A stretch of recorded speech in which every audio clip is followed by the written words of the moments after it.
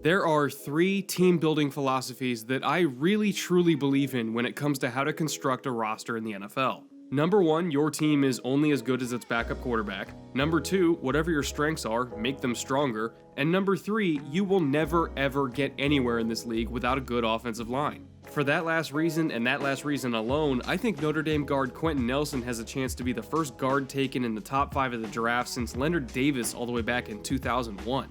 Possessing an absolutely unreal combination of size, power, and polish, Nelson is arguably the cleanest, most pro-ready prospect in this whole draft class regardless of position. He has experience blocking and pro-style concepts coming out of the Notre Dame offense, he has immense size at 6'5", 330 pounds, and he's been outbenching NFL linemen since he was still in high school. But what actually makes Nelson so good from a technical perspective? Beyond just saying he's big and strong, what makes him any different from all the other big and strong guards that we've seen come out of college in the last 17 years? What makes him so special that he could go in the top 5? Believe it or not, it's something you would never ever expect.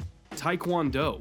Nelson began studying martial arts as a teenager as a supplementary training regimen before he ever even played a snap for Notre Dame, and it's helped him develop every aspect of his technique as an offensive lineman along the way. He learned how to control his punches, how to open up his hips and use them to improve his footwork, and he learned leverage and mental toughness. Every aspect of martial arts, whether it's Taekwondo, Jiu-Jitsu, or Judo, all of them have practical applications to playing in the trenches, and Nelson has taken full advantage of that to become a pro-ready guard prospect. You can see how effortless his hips open up as he picks up a late blitzer or adjusts to a stunt.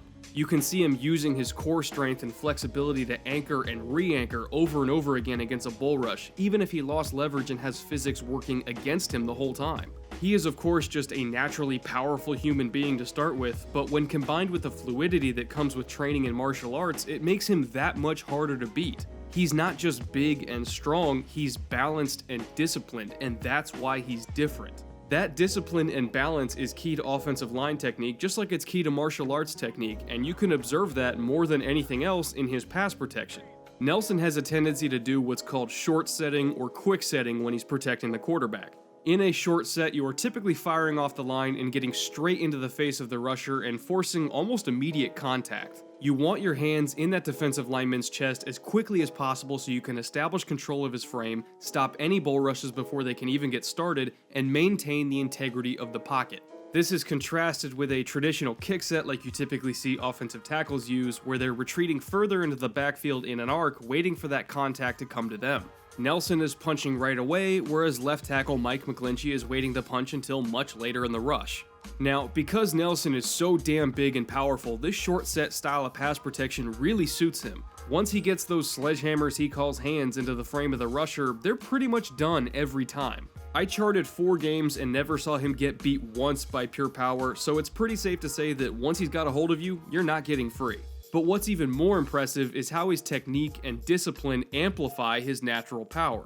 You always hear offensive line coaches and scouts talking about knee bend and hip bend when looking at prospects, and Nelson's disciplined lower body is a textbook example of what that should look like against a bull rush. His base is wide so he has lateral stability, his anchor foot is slightly behind his center of mass so he's got something to push off and resist with, and both his hips and knees are bent at the exact same angle, usually somewhere in between 30 and 40 degrees. The key is to have your shin and torso parallel to each other, leaning slightly forward to provide that resistance, while your thigh is at the opposite angle, acting as a sort of shock absorber between your center of mass and your feet, which again are your anchors. That's how that double bend between the hips and the knees is created, and it's very important to have your shins and your torso on separate but parallel planes. They can't be all in one straight line because then you're just completely leaning and lunging forward, and any pass rusher worth his salt could just toss you out of the way, and you can't have your feet too far under you because then you lose that parallel line and your center of mass is no longer balanced. That's how guys just get run over because they don't have that anchor behind them in their feet. It's a very hard tightrope to walk in terms of finding that balance between being too far forward and too far back, but as long as your shins and torso are always lined up with each other and your quads are burning to keep them lined up with each other, you will never lose balance. I don't entirely know all the math behind it because I'm not a structural engineer, but that's just how the physics works out.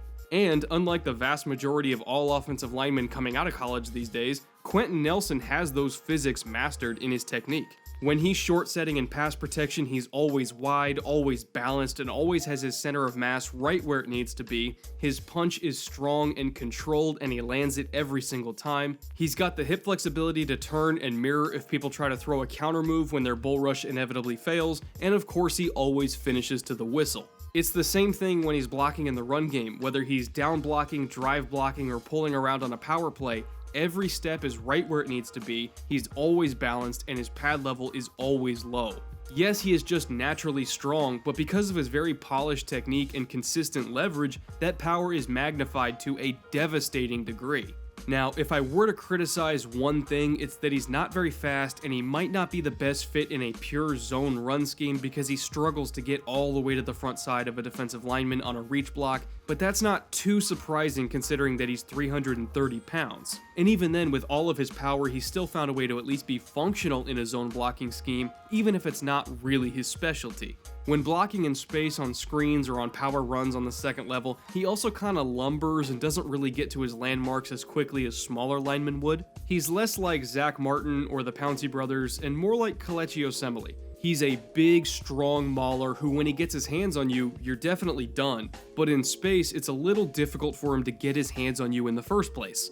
Overall, considering how good he is when short setting and pass protection, and his elite run blocking skills in a gap scheme, I'm fine with him being just okay as a zone run blocker. It might rule a couple teams out as destinations when looking at who needs a guard in the top 10 picks, but there are still a lot of rosters that run a gap and power run scheme that could use a guy like Quenton Nelson. Personally, I don't think he gets past Tampa Bay at 7, which means any team that wants Nelson after 7 is going to have to offer one hell of a deal to the Jets at 6 or the Browns at 4. Nelson is one of the hardest guys to mock in this whole draft because he basically fits everywhere.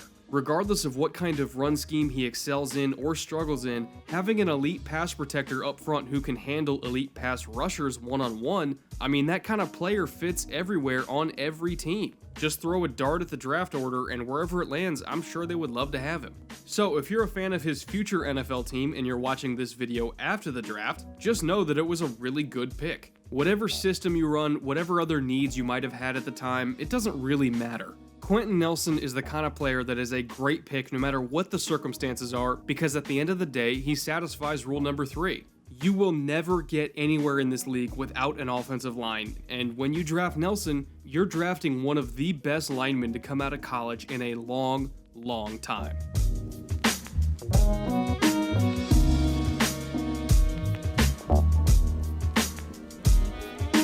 Thank you so much for watching this week's episode, and of course I want to thank everyone who has hopped on board to back this channel through Patreon in the past week. All of your support has been fantastic, and it's been really helping this channel grow a lot. So just for you guys and only all of you who support the Film Room on Patreon, I'm putting up my very first mock draft of 2018 on my Patreon page. It'll drop sometime this afternoon. I'm not entirely sure what the exact time will be, but it will be later today. It doesn't matter how much you've pledged. It could be $1, $5, $10, whatever the amount. Everyone gets access to that mock draft if they have pledged in the past, present, or future. I'll have more of these coming out throughout the draft season leading up to my mock draft video special, and of course I'll have other things too, like position rankings and big boards, and later on I'm going to do a whole bunch of fantasy stuff, so I'll have a bunch of that. If you want access to it, check out my Patreon page in the description below, sign up, and then hit me up on Twitter and rant about how absurdly wrong and or amazingly correct I am on everything. Either way, I'll be back next week with another scouting report and another mock draft, so until then, later.